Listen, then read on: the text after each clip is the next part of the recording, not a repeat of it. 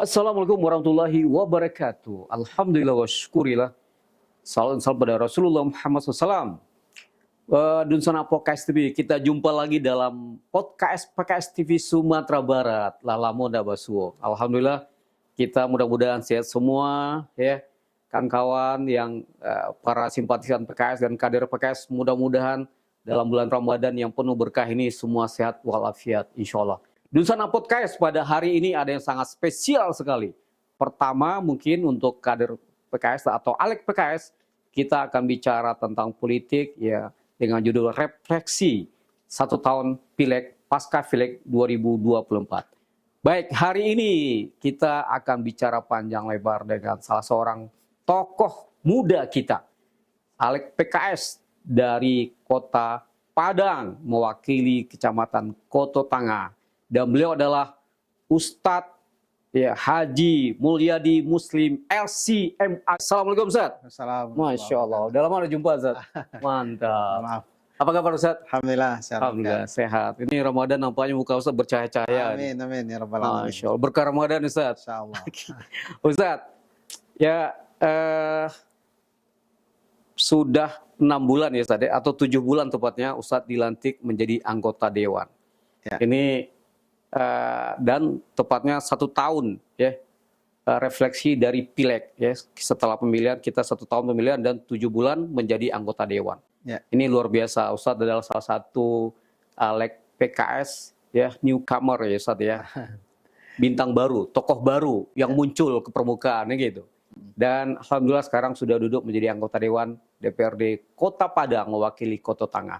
Ini bagaimana Ustadz? Suasana batinnya gimana Ustadz untuk menjadi Alek ini sekarang, seperti apa euforianya atau gimana Ustadz, suasana hatinya apa? Kenyamanannya gimana Ustadz? Bismillahirrahmanirrahim. Assalamualaikum warahmatullahi wabarakatuh. Waalaikumsalam. Sana PKS TV Sumatera Barat dimanapun berada. Memang suatu yang baru tentu harus ada ini adaptasi ya, penyesuaian. Mungkin sebagian orang punya ekspektasi yang luar biasa masuk menjadi ke wilayah baru, jadi politisi ya, di parlemen kan. Nah, sebagian orang mungkin karena sudah berulang-ulang biasa saja kan. Nah, sudah biasa, tidak ada sesuatu yang istimewa gitu. Nah, kalau kita kan karena ada idealisme, ya, idealisme pribadi, idealisme partai gitu. Nah, maka ketika masuk di parlemen pasca dilantik ada pembagian alat kelengkapan dewan. Nah, memang kita menyampaikan, saya backgroundnya pendidikan, saya backgroundnya tokoh masyarakat yang biasa dalam urusan sosial, keagamaan gitu. Nah, kalau bisa memang saya masuk ke alat kelengkapan dewan yang cocok untuk itu gitu. Maka saya mintanya di Komisi 4 gitu. Komisi 4. Komisi 4 itu bicara mitranya adalah urusan kesejahteraan rakyat, sosial, pendidikan, keagamaan, kepemudaan. Nah, karena punya pengalaman juga selama ini mendampingi Pak Mayeldi dulu di wali kota selama 2 periode, terus jadi gubernur, paham betul lah lebih kurang terkait dengan proses RPJM, penganggaran, dan bagaimana cara mengeksekusinya untuk kebutuhan masyarakat gitu. Akhirnya fraksi juga mengamanahkan ke kita untuk menjadi salah satu anggota Banggar gitu. Banggar. Jadi Banggar Anggaran. Jadi walaupun baru, tapi karena ada pengalaman, ada latar belakang, sehingga insya Allah bisa lebih cepat beradaptasi lah. Ketika masuk di Komisi 4, ya kita bisa mengawal agenda-agenda Komisi 4 ini dengan idealisme kita dan meyakinkan anggota kawan yang lain, sehingga Komisi 4 memang terasa eksistensinya oleh pemerintah. Nah, begitu juga di Banggar. Kalau di Banggar mulai dari bulan September, Oktober ada pembahasan tentang Silpa 2024, kemudian perencanaan 2025 ya. Kita lakukan fungsi itu. Bagaimana Dewan punya peran dalam urusan penganggaran yang targetnya apa? Anggaran itu tepat sasaran, bermanfaat untuk masyarakat. Jadi sudah mulai sibuk ya Ustadz ya?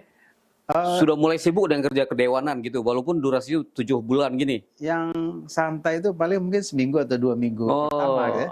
setelah ada pembagian alat kelengkapan dewan, sudah disahkan tatib, alhamdulillah kita langsung tancap gas. Iya. Setiap pekan ada rapat-rapat dengan mitra di Komisi 4, mulai dari Kesra, Dinas Pendidikan, Nakrin, Dispora, Pariwisata, gitu. Kemudian ketika akan ada kebutuhan untuk kunjungan kerja, temanya kita sepakati dulu. Kita kunjungan kerja apa temanya? Agar apa? Agar kunjungan kerja itu memang punya output dan outcome untuk kepentingan Kota Padang. Nah, berarti kalau secara umum nih orang mungkin bertanya, tugas dewan itu apa, Ustaz gitu?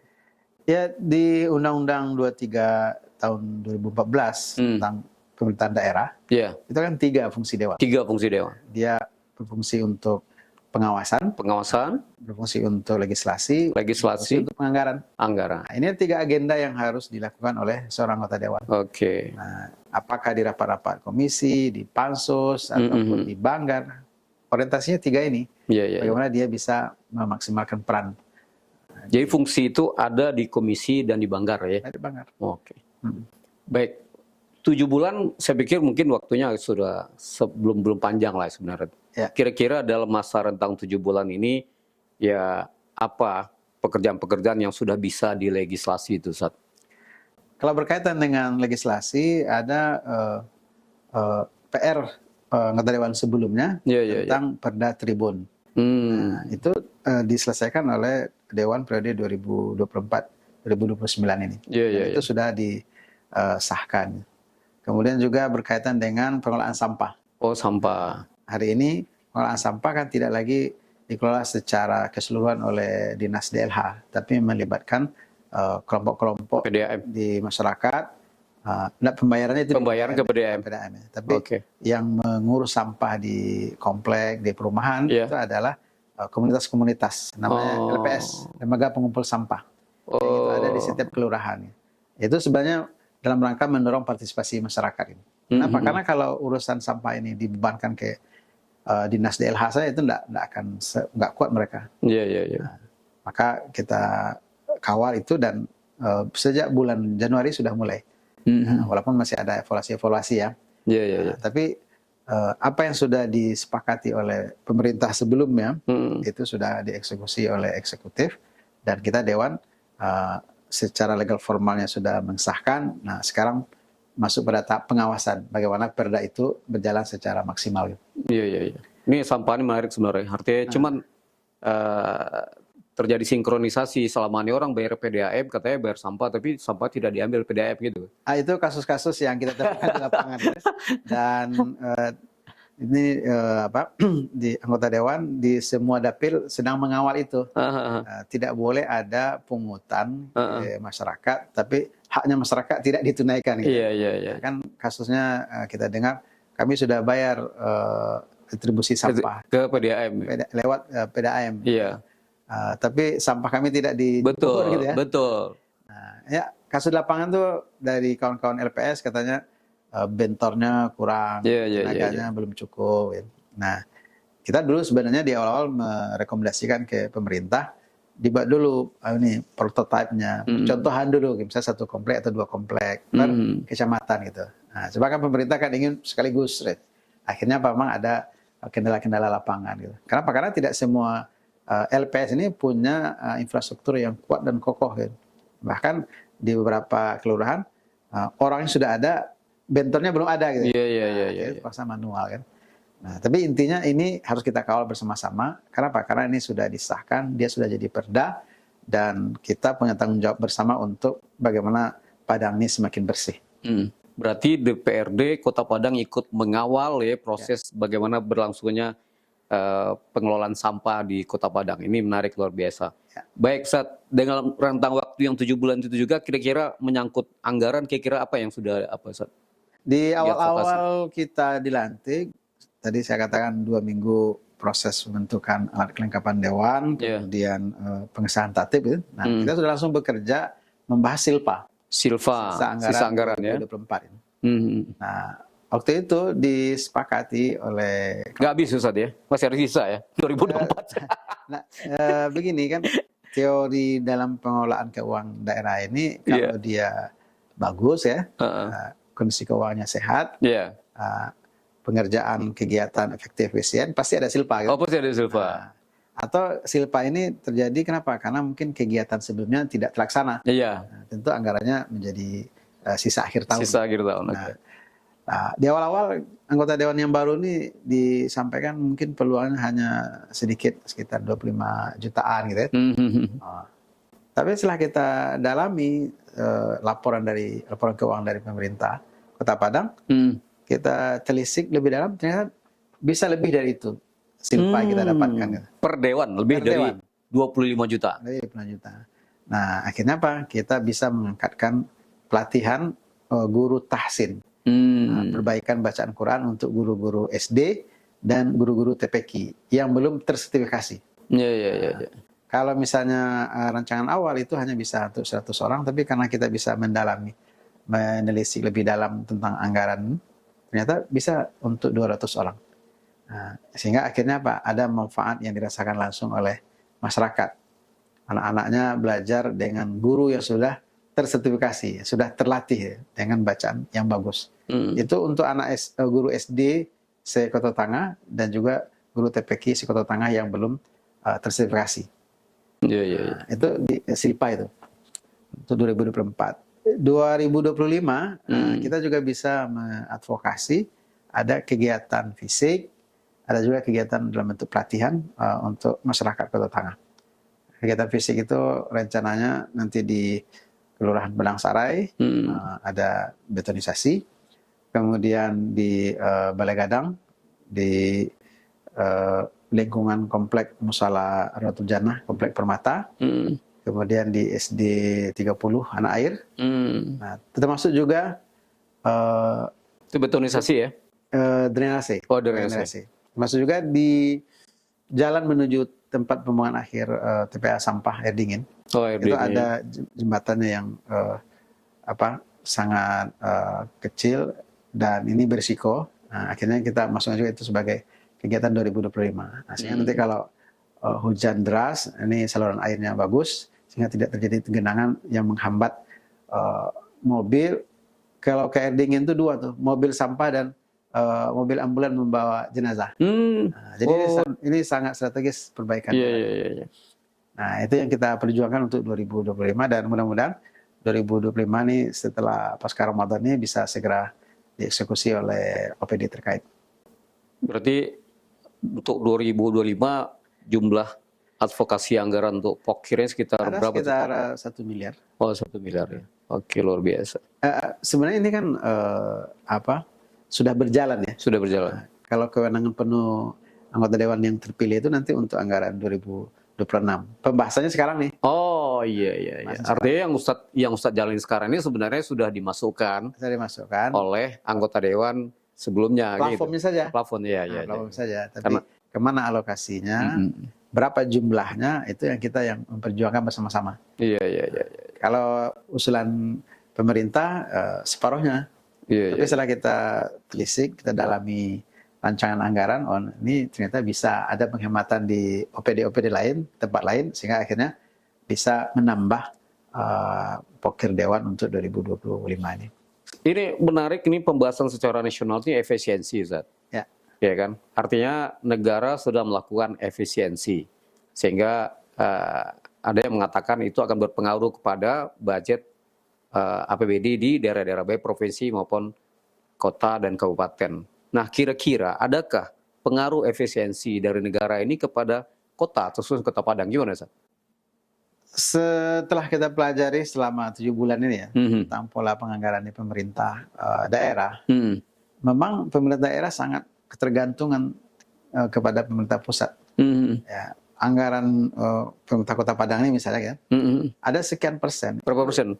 Sekitar 20% lebih lah. 20% langsung dari pusat ya? Dari pusat itu kan. Iya. Dalam bentuk DAOK atau DAK gitu. Iya. Nah, kalau itu tidak diturunkan, nah, tentu ya roda pemerintahan Kota Padang juga akan terkendala, terhambat gitu. Iya.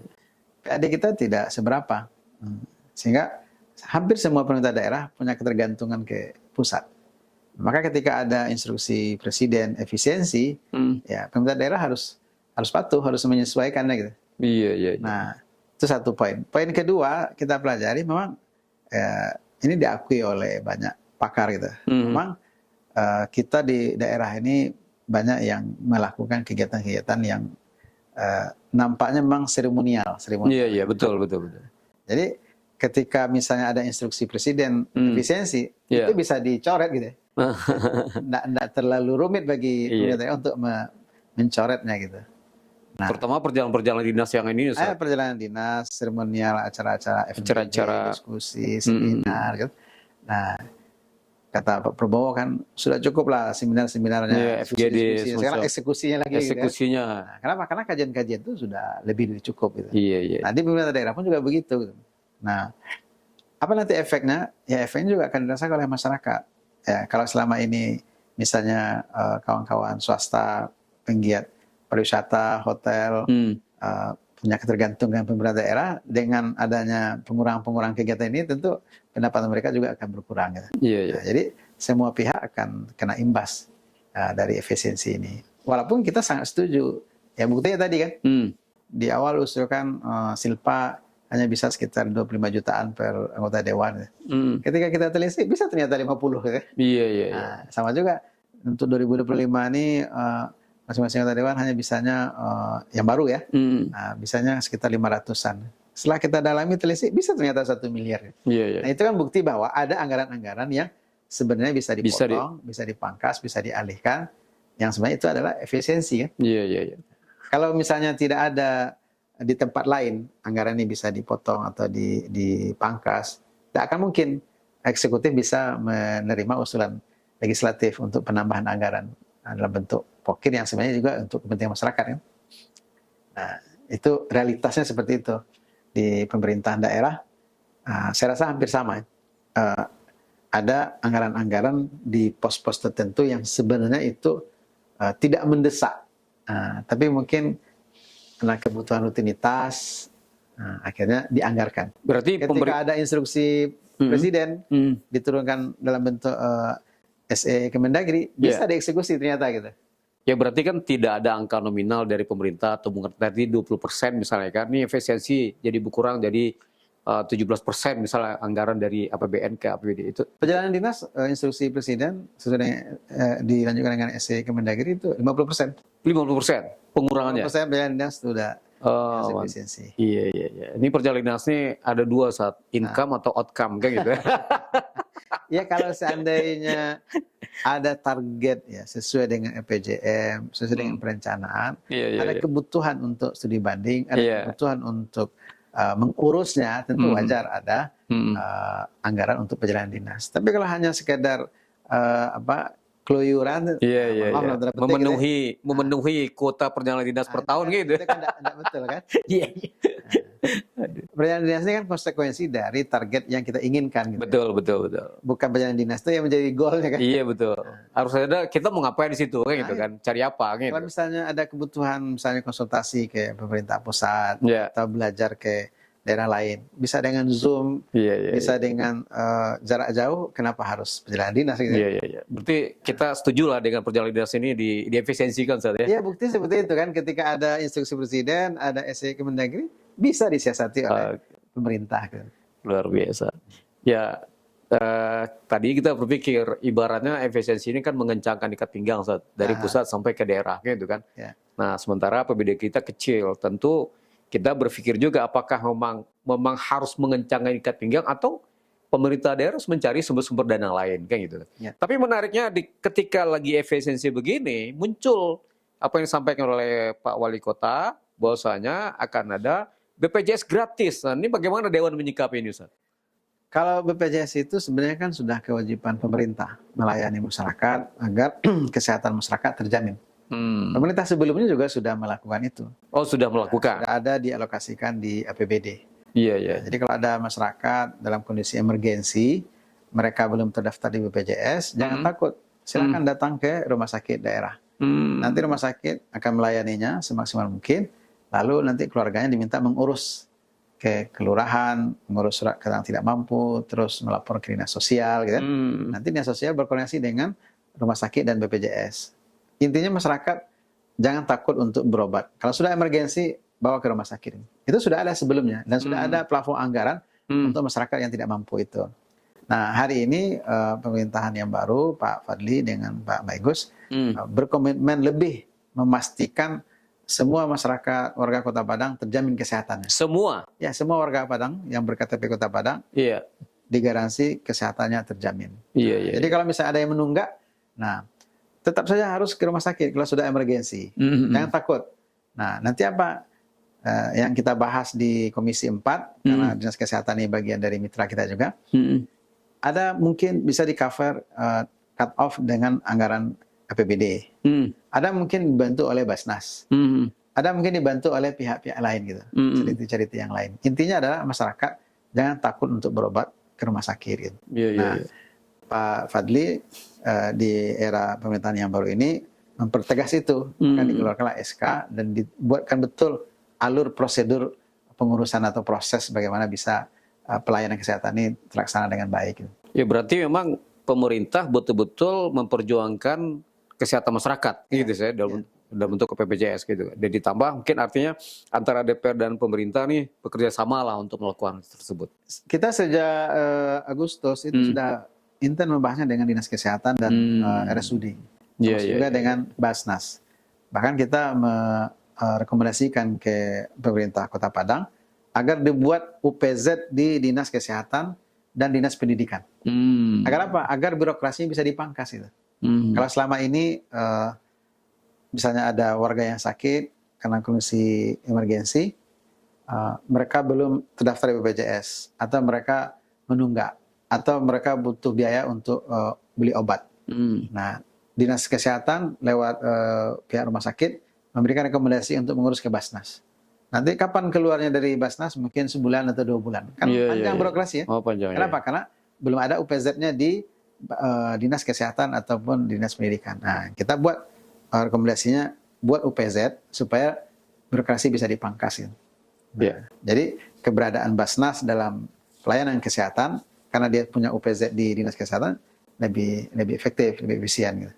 Nah, gitu juga di Dinas Pendidikan. Kenapa kita rekomendasikan juga ada kebutuhan masyarakat agar mendapatkan hak pendidikan. Nah, ada kebutuhan untuk baju seragam, ada kebutuhan untuk peralatan sekolah, gitu. Nah, kalau mereka tidak mampu, kemana mereka mengadu? Tentu ke pemerintah. Nah, kalau di pemerintah, polanya harus masuk dalam perencanaan. Kalau masuk dalam perencanaan, maka baru dia bisa dieksekusi. Tapi kalau emergensi, disitulah perannya Basnas. Gitu. Selama ini, belum ada UPZ-nya di Dinas Pendidikan, maka panjang juga birokrasinya kan? Panjang ya. Nah, maka ketika kita mendiskusikan itu dengan pihak Kesra, Basnas, Dinas Kesehatan, Dinas Pendidikan, rekomendasi dari Komisi 4 adalah pemerintah Kota Padang menyegerakan untuk membuat UPZ di 2 OPD ini minimal. Agar masyarakat bisa terlayani. Baik, luar biasa. Baik, jadi ini kita beralih kepada konstelasi politik nih, Ustaz. Ini wali kota kan tidak PKS misalnya kan, ketua DPRD PKS. Nah, ini bagaimana sinkronisasi pemerintahan secara dan politik yang ada sekarang gimana Ustaz dengan pemerintahan baru ini? Dinamikanya gimana Ustaz? Ya inilah refleksi kita 1 tahun pasca pileg gitu ya. PKS di level Sumatera Barat itu sukses. Bisa menyandingkan gubernur 2 periode, Pak Mayeldi ya. Ketua DPRD dari PKS juga. Nah, ini sejarah baru di Sumatera provinsi. Barat setelah 25 tahun gitu ya. Betul. Tapi untuk Kota Padang, wali kota kita belum berhasil, tapi ketua DPRD ini juga yang pertama. Jadi ada kesuksesan di legislatif, ada kesuksesan yang tertunda di eksekutif ya. Tapi secara politik dalam era demokrasi kita ini sangat bagus ya. Kita bisa menjadi penyeimbang atau lebih maksimal mengawasi pemerintah gitu.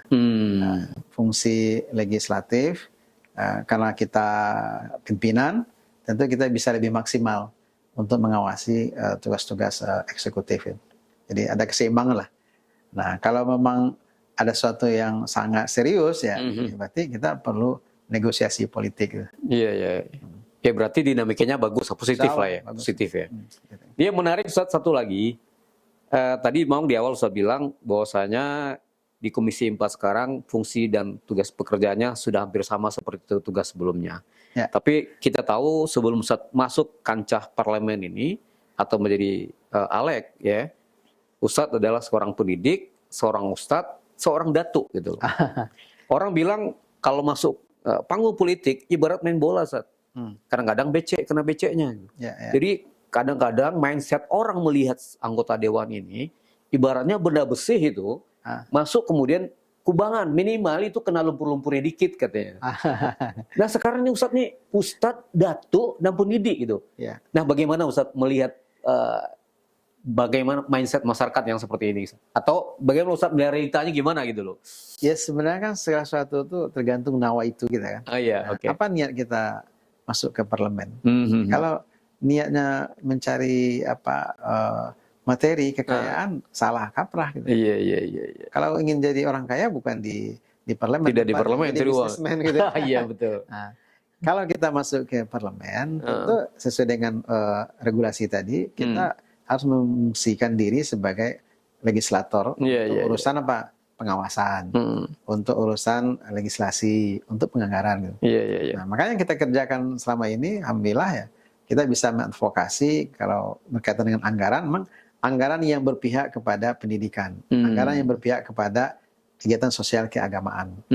Contoh, hal sederhana. Sebelumnya, kegiatan Safari Ramadan untuk eksekutif, wali kota, wakil wali kota, sekda, gitu, ataupun ormas-ormas yang lain, termasuk anggota dewan, itu hanya diberi kuota satu masjid, satu musola. Karena kita di Komisi 4 punya banyak kawan yang latar belakangnya hampir sama, orang pegiat sosial kemasyarakatan, background keagamaan juga, kita usulkan, seharusnya bisa ditambah.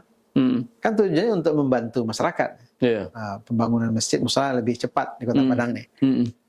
Bisa kita usulkan, dari satu masjid, satu musola, sekarang 2025 ini sudah mulai 2 masjid, 2 musola. Iya. Walaupun anggarannya masih anggaran Bantuan sebelumnya. fisik ya? Bantuan fisik ya? Bantuan fisik.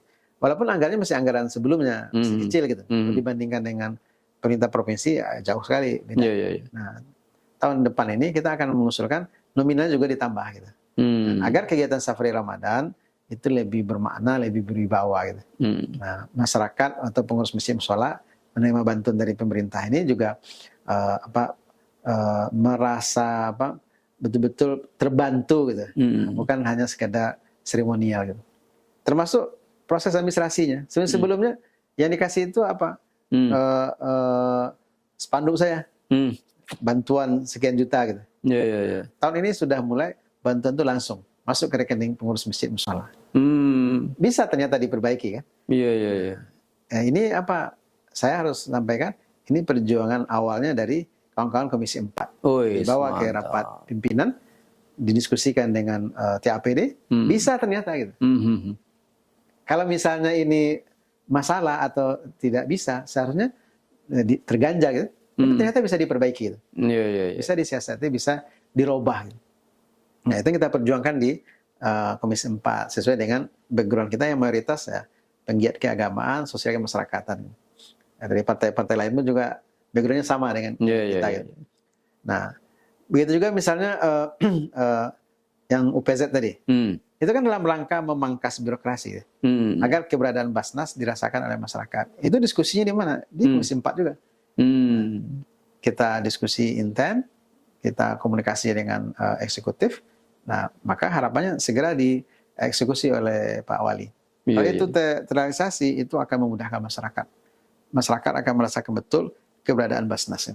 Kalau hari ini bisa dicek Basnas dengan dinamikanya itu seolah-olah sudah jadi birokrasi yang rumit juga gitu. Karena seharusnya Basnas ini fungsi emergensi kan, pemadam kebakaran gitu. Iya.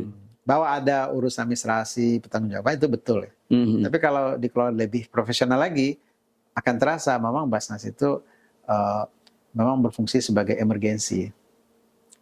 Baik, menarik. Berarti apa yang menjadi asumsi masyarakat tentang bagaimana anggota dewan ini kalau orang baik masuk ke dewan menjadi anggap orang baik misalnya itu kan berarti sebenarnya tergantung orangnya gitu tuh ya. Kalau kita punya nawa itu yang baik, Iya, lalu iya. idealisme kita ini kita pertahankan, ya insya Allah kita yang harusnya bisa mempengaruhi orang lain, bukan Iya, dipengaruhi. jadi iya. Nah, dan kekuatan apa ide-ide kita, hobi kita harus kita buktikan ya. Nah, bahwa jumlah kursi kita banyak, tapi kan di komisi-komisi mungkin sudah imbang ya. Iya, iya. Nah, maka memang yang bermain di sana adalah kekuatan argumen dalam konsep-konsep yang kita tawarkan. Ya. Kalau kawan-kawan itu menerima, pasti dia akan menjadi bagian dari kita. Gitu. Yang jelas pusat Mulyadi Muslim tidak berubah. Kan, gitu. Bodoh Anda. Tetap istiqomah kayak gitu kan. Ya, ya karena memang ada sih mungkin di daerah tetangga saat setelah jadi dewan ya kan, lah sombong Ustadz wah gini misalnya kan, stylenya berubah semacam godaan.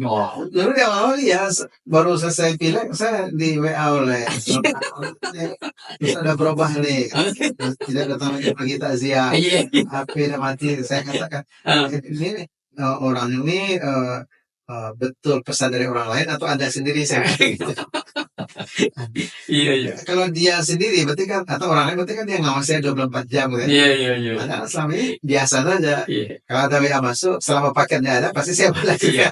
Nah, kalau misalnya lagi rapat pasti saya bilang mau di WA aja dulu gitu. Nah, kadang-kadang itu tidak dari orang umum, Ustaz. Kadang juga begitu. Dia orang normal, misalnya Ustaz pakai kemeja rapi, kayak seperti ini, itu udah lain kayak gitu kan.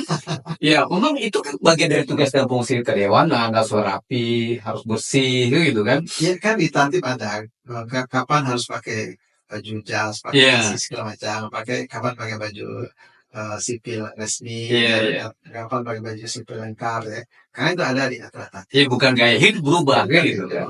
Jadi ini kan untuk semua kawan-kawan ya, kan juga harus dipahami kan gitu. Saya kadang kayak tergantung nama itunya gitu. Kalau dia targetnya mencari materi ya susah gitu. Tidak bisa diri kaya di dewan saja. Kalau misalnya gaya hidup, style hidupnya berubah, ya mungkin saja kan karena dia ada urusan bisnis yang lain. Iya. Kalau kita kan biasa-biasa aja kan, sehari-hari waktu lapang ngajar, tetapnya ngajar kan. Iya. Diminta isi ceramah, tetapnya isi ceramah. Kayak tadi malam isi ceramah di sini, subuh minta juga, kita pergi juga kita.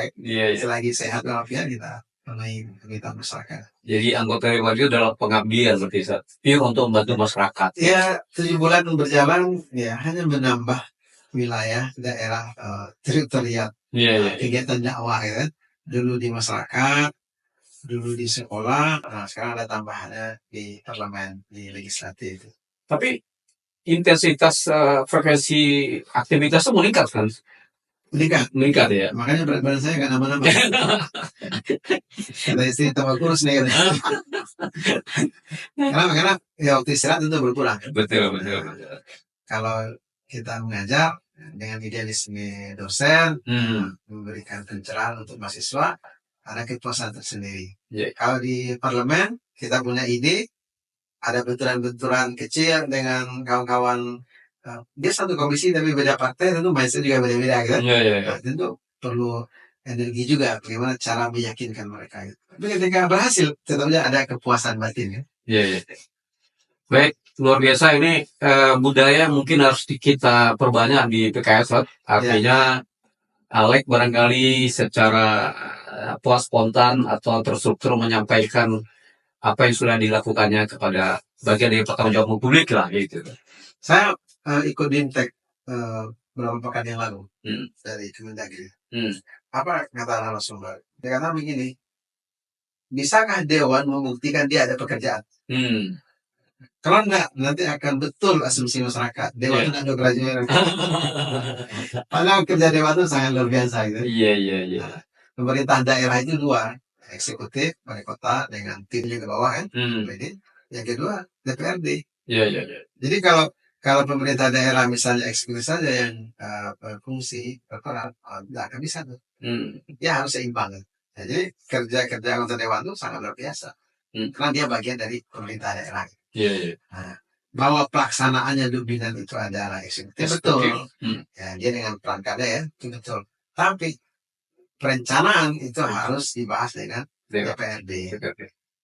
baru bisa disahkan kalau seandainya sudah disetujui oleh Iya. DPRD. Baru bisa dibawa ke pemerintah provinsi atau ke pemerintah pusat untuk dapat persetujuan. Kalau misalnya wali kota dengan timnya saja mengerjakan, tidak bisa. Tidak bisa. Nah, bagaimana RPJM yang atau program-program unggulan yang dijanjikan oleh wali kota itu bisa terlaksana? Yang akan mengawasinya adalah anggota dewan. Iya, iya. Jadi fungsi dewannya sangat strategis. Nah, ini pekan depan kita akan dengarkan LKPJ, kita evaluasi sebelumnya kan. Nah, setelah itu apa? Pemerintah daerah harus segera memasukkan RPJM 2025-2030. Karena wali kota sudah terpilih kan? Iya, terpilih. Apa tugas dewan? Mendalami, mengkritisi RPJM ini yang nanti turunnya sampai ke anggaran di komisi-komisi. Iya, iya. Nah, kalau misalnya tidak dimainkan peran dewan sebagai pengawasan, anggaran, tentu tidak akan siapa ini. Akhirnya Pak yang rugi adalah masyarakat. Yeah. Jadi anggota dewan itu sebenarnya bukan duduk-duduk, senyum-senyum, kayak gitu kan? Dia anggota parlemen harus banyak bicara. Harus banyak bicara. Dia duduk itu di komisi atau di banggar atau di alat kelengkapan dewan itu harus menyuarakan itu. Harus harus mempelajari APBD segala macam, legislasi undang-undang, macam-macam sebenarnya. Sibuk. Ya.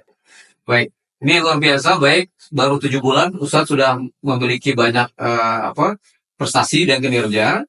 Jadi kita berharap mungkin dewan-dewan PKS juga begitu harusnya kan. Ya itu satu tadi kan yang disampaikan oleh instruktur dari Mendagri itu kan. Bagaimana mematahkan stigma itu bahwa dewan ini nggak ada kerjaan. Iya. Mudah-mudahan ini bagian dari tanggung jawab publik ya. Oke.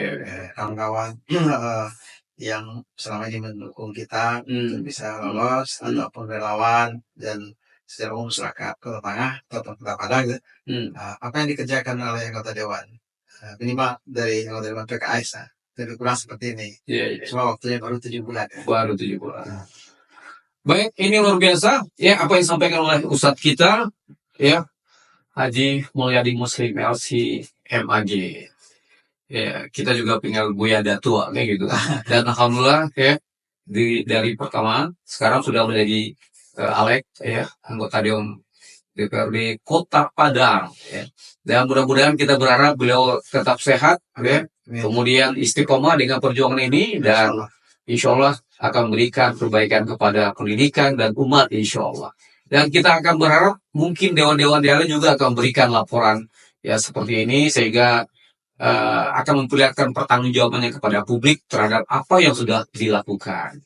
Baik, untuk sesi hari ini kita akhiri di sini. Mudah-mudahan bisa memberikan manfaat kepada kita bersama dan mudah-mudahan akan memberikan pencerahan juga kepada masyarakat banyak ya, para pecinta PKS, para pekader PKS dan pada orang-orang yang sudah memilih ya Ustadz kita dan pemilih PKS semuanya insya Allah. Mudah-mudahan ya kemenangan atau pileg 2024 adalah tidak hanya kemenangan politik tapi juga kemenangan umat insya Allah. Demikian. Assalamualaikum warahmatullahi wabarakatuh. Assalamualaikum warahmatullahi wabarakatuh.